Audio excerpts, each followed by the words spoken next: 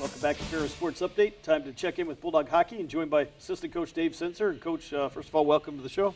Thanks, Rob. Happy to be here. Kind of happy, I'm sure, to be back into a little bit of a normal week. Last week, a little different with the travel out to Bemidji State and kind of a rare Thursday-Friday series. Sure, yeah, absolutely. It was quite a bit different in that we, the whole week was structured differently in that we had the bye week coming, the weekend before, and that's the only one we have the entire second half of the season. And a lot of long trips the second half. We've been in Mankato, Minnesota, Sioux Falls, South Dakota, now Bemidji, Minnesota. So some long trips, and then playing the Thursday, Friday meant that, the bus left Tuesday, the players flew out Wednesday, and then quick practice there Wednesday night, and we're at it Thursday, Friday. So, definitely a different kind of week, but, all in all, I thought the guys responded pretty well to the challenge, and definitely happy to be home this week and getting ready for the big weekend this weekend against Northern Michigan with senior night on Saturday as well. I know, hard to believe, just 4 games left here in the regular season, and obviously these games are going to have some important implications in terms of the playoff seeding. Absolutely, and it's a lot like Andy Bronkma was talking about the men's basketball, the GLIAC men's basketball, and very little. We're talking about millimeters probably separate the entire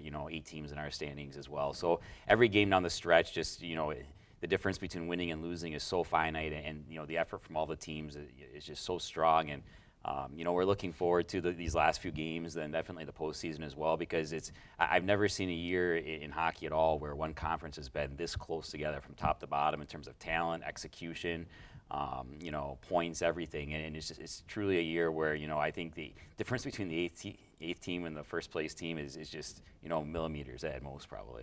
As we go to the highlights, we'll start with the opening game on Thursday, and very competitive game, and much like a lot of the games you played here in the second half of the season, games that could have gone either way here at the end. Sure, and just one of those things where, again, like Coach Bronco was saying, you have to be able to go on the road, and that's huge in our league. These are tough places to play, tough teams and tough environments to play in, and I think early on Thursday, they got a little bit of a jump on us. Which isn't unexpected after the travel, but we had some excellent goaltending both nights, from Logan Stein on Thursday, the Noah Giesbrecht on Friday. They both played absolutely excellent for us, and they really, every start I think we've gotten from those two the second half of this year has been outstanding. And once we got our legs under us a little bit on that first game, you see here, we jumped right back in. We created some great opportunities, and some of the things that probably don't make the highlights are just some of those plays that we got from all 4 lines. It was one of those situations where we had all 4 of our lines really digging in, playing well, grinding, and everything like that goal there, just plays in tight to the net. That was going to be the difference in this game. Who could own those 2 feet in front of their net, in front of the opponent's net.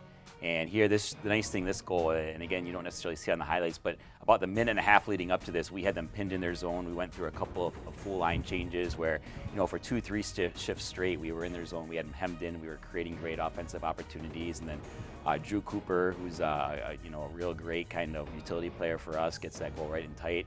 And then the winner in overtime, once you get to 3-on-3, those happen. It's kind of always a toss-up in 3-on-3 play, but that puck had about 2 inches to get it in. That's where the kid put it. So an NHL kind of release, and you're going to give those up. And overall, though, very, very happy with the way we played that first game. Obviously, this year you guys have had a lot of success in overtime. One of the rare overtime setbacks that you've kind of had on the year. Yeah, absolutely, Rob. We've found a way to win a lot of games in overtime, and again, it just speaks how close our league is, how many games there are in overtime, and. I give our guys a lot of credit, the resiliency in that locker room. They never back down, they never give up, and it doesn't matter how we get in overtime, whether we had a lead that we lost or we're coming back to tie it. The guys hit the gas when we get there, and most of the time it's gone our way. This year, that was one of the rare ones that didn't. We come back after Thursday's game to the Friday night finale here, and as we go to the highlights, guys got off to a good start here on Friday night. We did. It was really an awesome first period in terms of road hockey and what you have to do on the road to be successful. We came out 1-0 after the first, after this power play goal that you'll see here, and this was great execution. You get to this time of the year, and special teams are huge, but they're so rare. They're so hard to get. Like, we had 2 power plays on the weekend, 1 each game.